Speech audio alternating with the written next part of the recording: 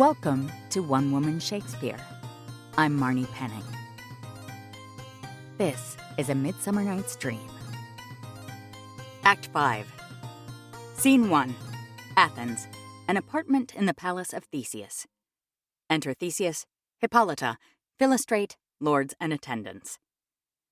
'Tis strange, my Theseus, that these lovers speak of. More strange than true. I never may believe these antique fables, nor these fairy toys. Lovers and madmen have such seething brains, such shaping fantasies, that apprehend more than cool reason ever comprehends. The lunatic, the lover, and the poet are of imaginational compact. One sees more devils than vast hell can hold. That is the madman. The lover, all as frantic, sees Helen's beauty in a brow of Egypt. The poet's eye, in a fine frenzy rolling, doth glance from heaven to earth, from earth to heaven, and as imagination bodies forth the forms of things unknown, the poet's pen turns them to shapes, and gives to airy nothing a local habitation and a name. Such tricks hath strong imagination, that if it would but apprehend some joy, it comprehends some bringer of that joy. Or in the night, imagining some fear, how easy is a bush supposed a bear. But all the story of the night told over, and all their minds transfigured so together, more witnesseth than fancy's images, and grows to something of great constancy.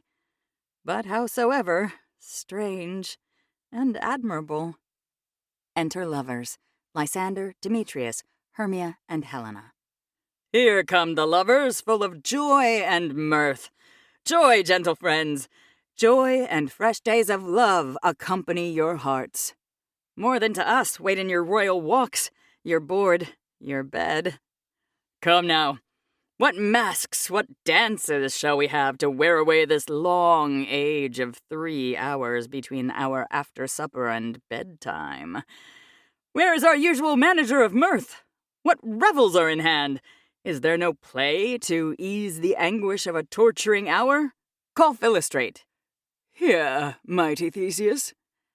Say, what abridgment have you for this evening? What masque? What music?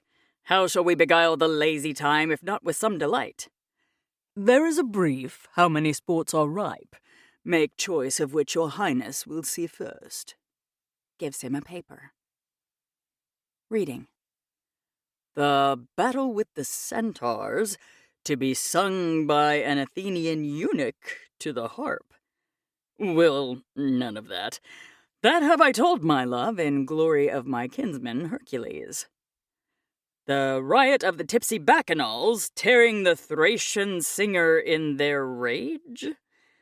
That is an old device, and it was played when I from Thebes came last a conqueror. The thrice 3 muses, mourning for the death of learning, late deceased in beggary. That is some satire, keen and critical, not sorting with a nuptial ceremony. A tedious, brief scene of young Pyramus and his love Thisbe. Very tragical mirth. Merry and tragical? Tedious and brief? That is hot ice and wondrous strange snow. How shall we find the concord of this discord? A play there is, my lord, some 10 words long, which is as brief as I've known a play. But by 10 words, my lord, it is too long, which makes it tedious. For in all the play there is not 1 word apt, 1 player fitted. And tragical, my noble lord, it is, for Pyramus therein doth kill himself, which, when I saw rehearsed, I must confess, made mine eyes water, but more merry tears the passion of loud laughter never shed. What are they that do play it? Hard-handed men that work in Athens here, which never laboured in their minds till now, and now have toiled their unbreathed memories with this same play against your nuptial. And we will hear it. No, my noble lord, it is not for you. I have heard it over, and it is nothing.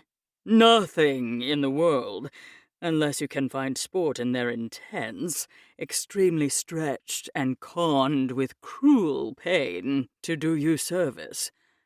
I will hear that play, for never anything can be amiss when simpleness and duty tender it. Go, bring them in, and take your places, ladies. Exit Illustrate. I love not to see wretchedness o'ercharged, and duty in his service perishing. Why, gentle sweet, you shall see no such thing. He says they can do nothing in this kind. The kind are we, to give them thanks for nothing. Our sport shall be to take what they mistake, and what poor duty cannot do, noble respect takes it in might, not merit. Where I have come, great clerks have purposed to greet me with premeditated welcomes. Where I have seen them shiver and look pale, make periods in the midst of sentences, throttle their practiced accent in their fears, and, in conclusion, dumbly have broke off, not paying me a welcome. Trust me, sweet. Out of this silence yet I picked a welcome, and in the modesty of fearful duty, I read as much as from the rattling tongue of saucy and audacious eloquence. Love, therefore, and tongue-tied simplicity, in least speak most to my capacity. Enter Illustrate. So please your grace, the prologue is addressed. Let him approach. Flourish of trumpets. Enter Peter Quince as the prologue. If we offend, it is with our good will. That you should think we come not to offend, but with good will. To show our simple skill, that is the true beginning of our end. Consider, then, we come but in despite. We do not come as minding to content you. Our true intent is, all for your delight, we are not here. That you should here repent you, the actors are at hand, and by their show, you shall know all that you are like to know. This fellow doth not stand upon points. He hath rid his prologue like a rough colt. He knows not the stop. A good moral, my lord, it is not enough to speak, but to speak true. Indeed, he hath played on this prologue like a child on a recorder, a sound, but not in government. His speech was like a tangled chain, nothing impaired, but all disordered. Who is next? Enter Pyramus and Thisbe, Wall, Moonshine, and Lion, as in dumb show. Gentles, perchance you wonder at this show, but wonder on, till truth make all things plain. This man is Pyramus, if you would know. This beauteous lady, Thisbe, is certain. This man, with lime and rough cast, doth present Wall, that vile wall which did these lovers sunder. And through Wall's chink, poor souls, they are content to whisper, at the which let no man wonder. This man, with lanthorn, dog, and bush of thorn, presenteth Moonshine, for, if you will know, by moonshine did these lovers think no scorn to meet at Ninus' tomb, there to woo. This grisly beast, which Lion hight by name, the trusty Thisbe coming first by night, did scare away, or rather did affright. And as she fled, her mantle she did fall, which Lion vile with bloody mouth did stain. Anon comes Pyramus, sweet youth and tall, and finds his trusty Thisbe's mantle slain, whereat with bloody, blameful blade, he bravely broached his boiling bloody breast. And Thisbe, tarrying in mulberry shade, his dagger drew and died. For all the rest, let Lion, Moonshine, Wall, and lovers twain at large discourse, while here they do remain. Exeunt prologue, Pyramus, Thisbe, Lion, and Moonshine. I wonder if the lion be to speak. No wonder, my lord, one lion may when many asses do. In this same interlude it doth befall that I, one Snout by name, present a wall, and such a wall as I would have you think, that had in it a crannied hole, or chink, through which the lovers, Pyramus and Thisbe, did whisper often, very secretly. This loam, this rough cast, and this stone doth show that I am that same wall. The truth is so. And this the cranny is, right and sinister, through which the fearful lovers are to whisper. Would you desire Lime and Hare to speak better? It is the wittiest partition that ever I heard discourse, my lord. Pyramus draws near the wall. Silence. Enter Bottom as Pyramus. Oh, grim-looked night! Oh, night with hue so black! Oh, night, whichever art when day is not! Oh, night! Oh, night! Alack, alack, alack! I fear my Thisbe's promise is forgot, and thou, oh, wall, oh, sweet, oh, lovely wall, that standst between her father's ground and mine, thou wall, oh, sweet and lovely wall, show me thy chink to blink through with mine eyne. Wall holds up his fingers. Thanks, courteous wall. Jove shield thee well for this. But what see I? No Thisbe do I see! Oh, wicked wall, through whom I see no bliss! Cursed be thy stones for thus deceiving me! The wall, methinks, being sensible, should curse again.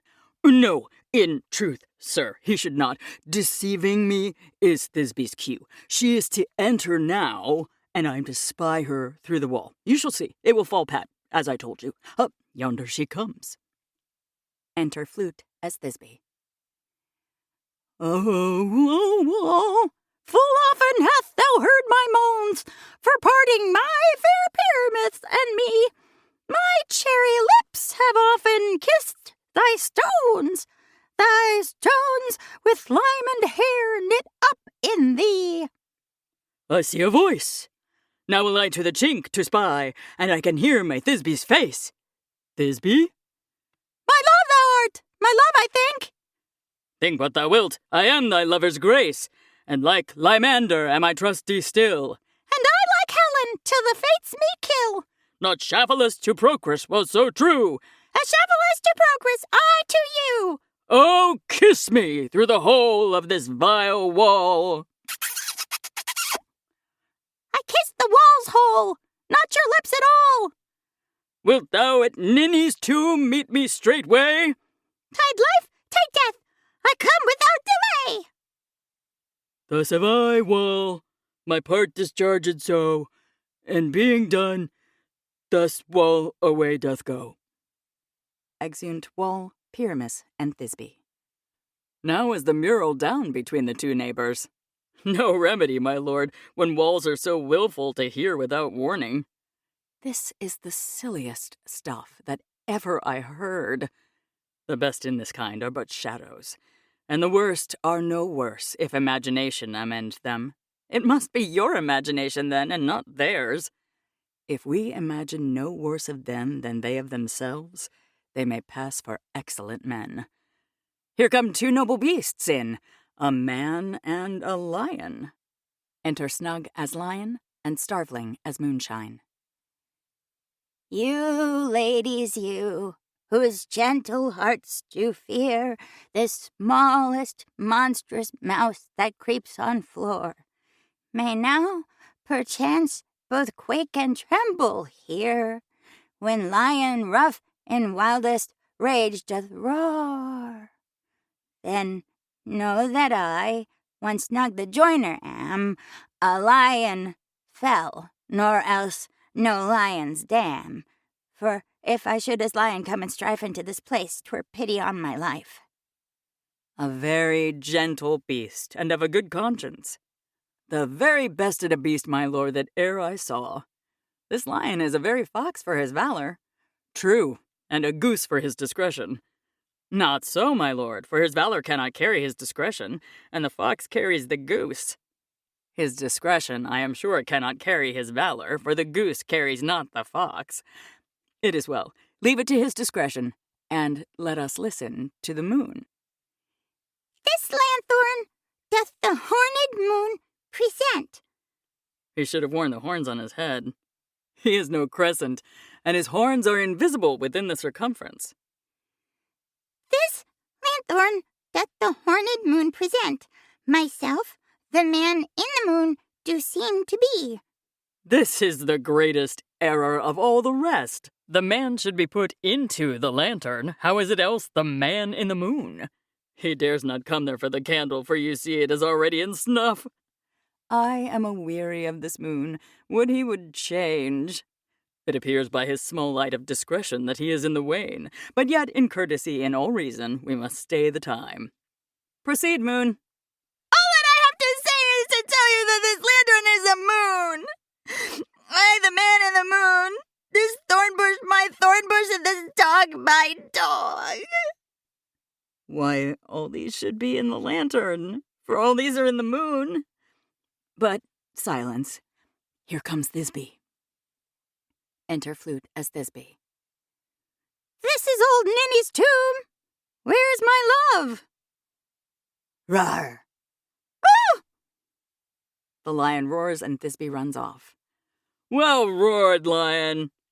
Well run, Thisbe! Well shone, moon! Truly, the moon shines with a good grace. The lion tears Thisbe's mantle and exits. Well moused, lion! And then came Pyramus, and so the lion vanished. Enter bottom as Pyramus. Sweet moon, I thank thee for thy sunny beams. I thank thee, moon, for shining now so bright. For by thy gracious golden glittering gleams I trust to take of truest Thisbe's sight. But stay, O sprite! But mark, poor knight, what dreadful dole is here? Eyes, do you see? How can it be? Oh, dainty duck, oh dear! Thy mantle good, what, stained with blood? Approach, ye furies fell! O fates, come, come! Cut, thread, and thrum! Quail, crush, conclude, and quell!